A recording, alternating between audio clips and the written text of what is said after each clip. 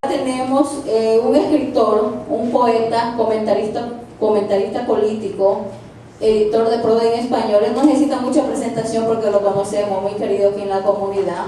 Tiene un análisis muy acertado, su palabra a veces hace temblar a muchos y con gran cariño para mí es un placer presentarlo, Luis Peralta.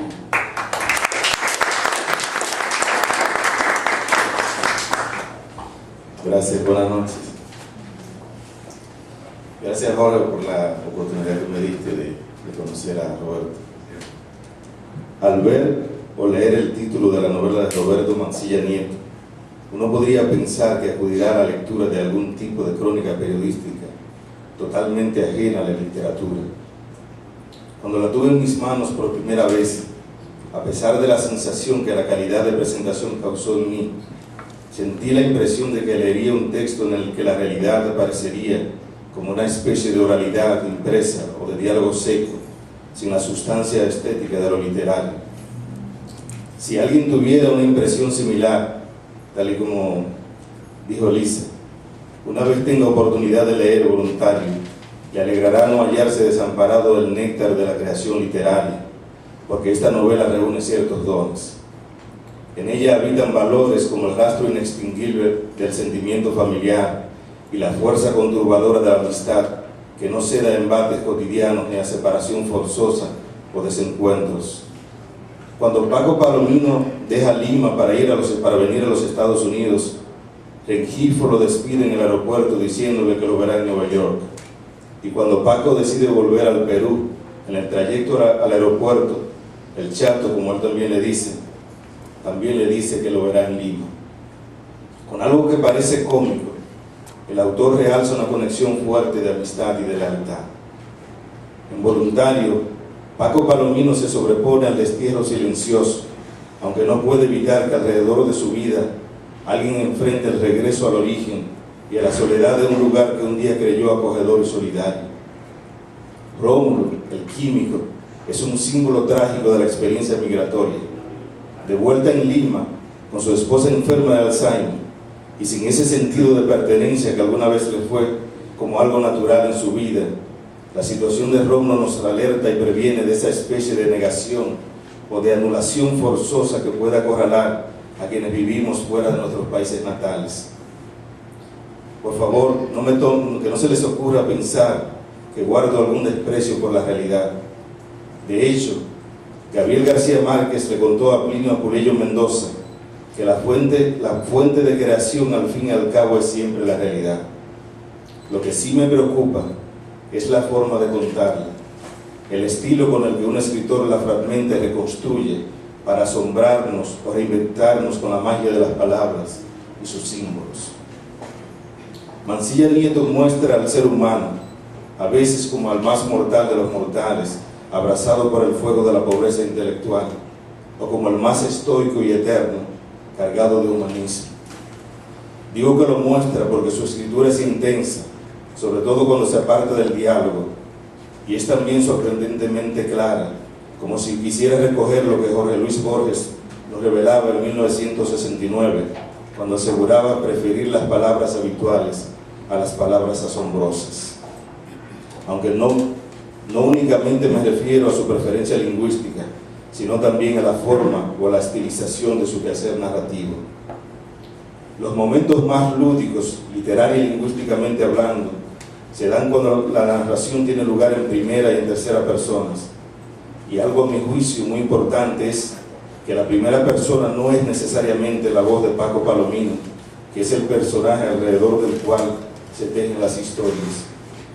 El autor no describe y solo ocasionalmente narra en tercera persona las experiencias de sus personajes.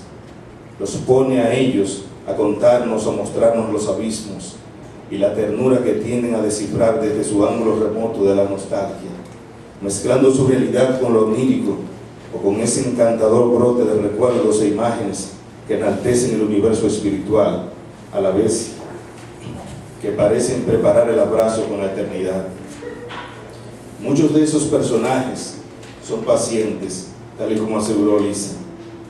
Unos aquejados de enfermedades mortales como cáncer, Alzheimer, diabetes y otros con la carga implacable del tiempo cercenándoles el aliento vital. John y Herman hablan por sí mismos, nos muestran sus mundos de imágenes y de recuerdos.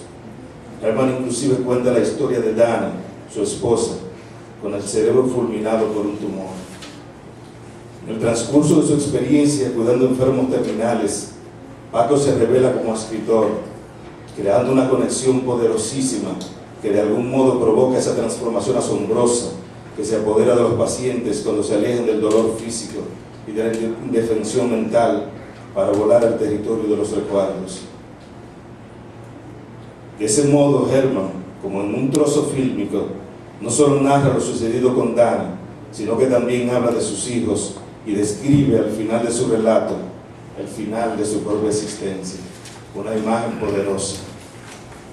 Otro aporte significativo del autor Roberto Mancilla Nieto en su novela Voluntario es cuando lo onírico pasa a ocupar un espacio vital en el quehacer narrativo de los personajes.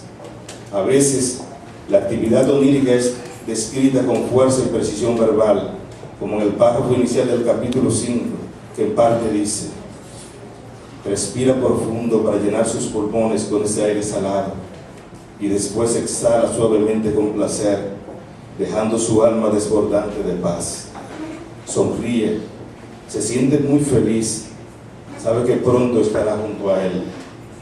En cada sueño se vislumbra una señal inequívoca: la oscura marea del tiempo, el barquero inexcusable en el puerto de la eternidad.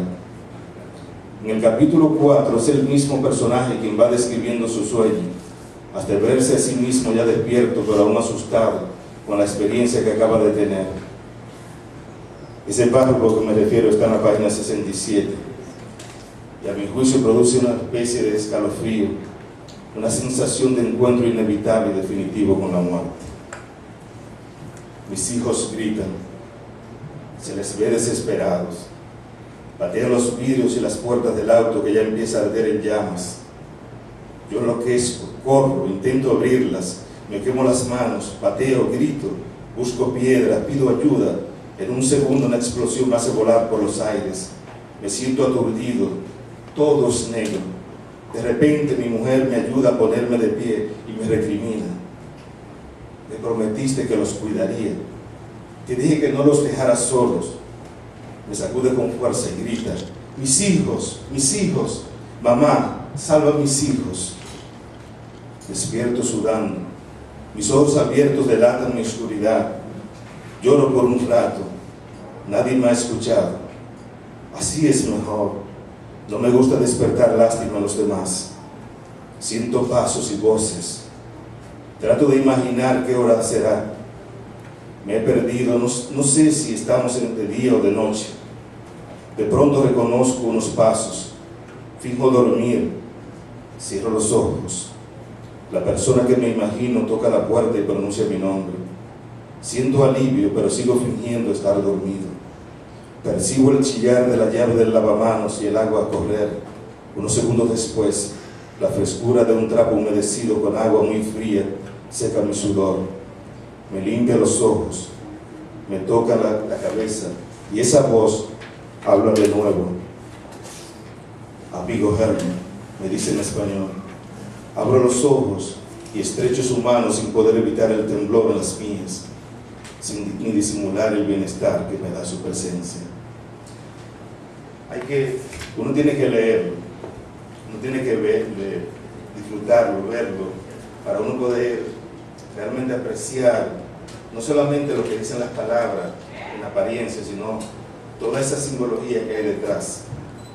Cuando esto es un sueño, el personaje, ya como decía Elisa, su momento final tiene este sueño y él comienza a narrar parte de su vida y comienza con este sueño y habla con Dan, con la esposa, pero la esposa está en lo que queda de sus recuerdos.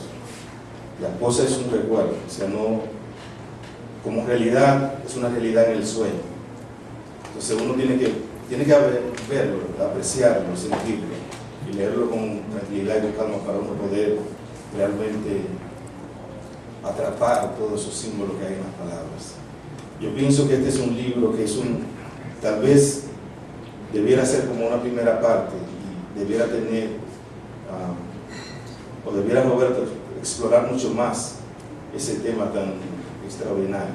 Aparte de las cosas de la vida cotidiana, de la cotidianidad, de las cosas de la familia, de los amigos, de la plaza de San Martín, del Bartolo, de todas esas cosas que seguramente a quienes son peruanos les llega hondo, les llega al corazón.